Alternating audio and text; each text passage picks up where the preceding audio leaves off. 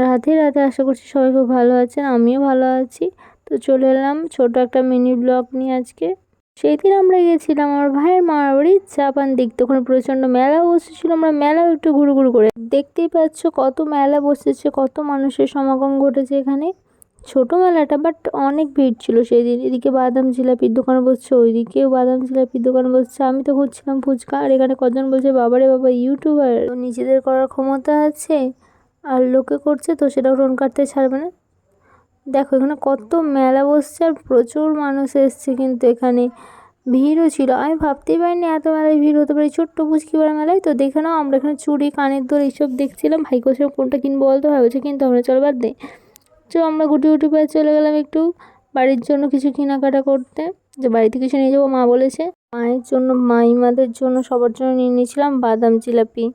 এখানে দিদুন আমাদের বলছে রোল খাও, একটু রোল খেতে খেতে বাড়ি চলে যাচ্ছি গুটি গুটি পায়ে।